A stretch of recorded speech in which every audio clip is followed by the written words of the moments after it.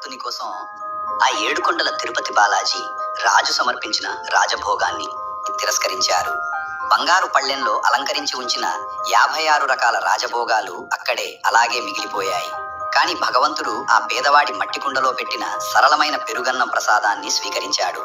అది ఎందుకు? ఇది తిరుమల దగ్గర ఉన్న కురువా గ్రామంలోని ఒక పేద కుమ్మరి కుటుంబంలో జన్మించిన భీముడు అనే వ్యక్తికి సంబంధించిన కథ.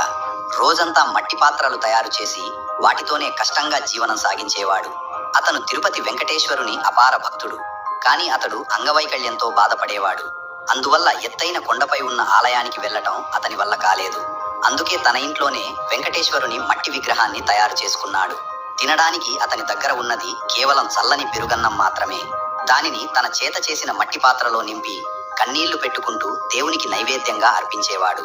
మరోవైపు చోళరాజు తొండమాన్ ప్రతిరోజు గర్వంగా బంగారు పాత్రల్లో నెయ్యి మేవాలతో నిండిన రాజభోగాన్ని ఆలయానికి పంపించేవాడు.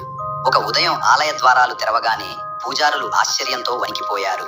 రాజు పంపిన బంగారు పాత్రల్లోని భోజనం ముట్టనట్టే ఉంది. కానీ శ్రీ బాలాజీ విగ్రహం నోటి మీద పెరుగు అన్నపు గింజలు స్పష్టంగా కనిపించాయి.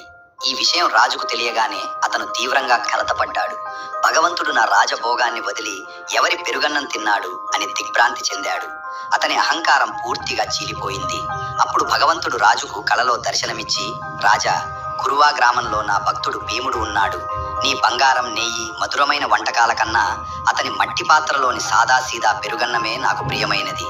ఎందుకంటే అందులో అహంకారం లేదు, ప్రదర్శన లేదు, శుద్ధమైన ప్రేమ మాత్రమే ఉంది. మరుసటి రోజే రాజు ఆ గ్రామానికి వెళ్ళాడు. ఆ కుమ్మరి వికలాంగుడి పాదాలను నమస్కరించాడు.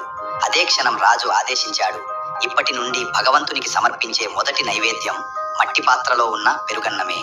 కానీ ఈ రోజుల్లో ప్రపంచం తిరుపతి లడ్డూ కోసం మంత్రముగ్ధమైపోతోంది. ఎందుకంటే ఆ దివ్య ప్రసాదాన్ని ఇంటికి తీసుకెళ్లే సౌభాగ్యం కలిగింది కాబట్టి.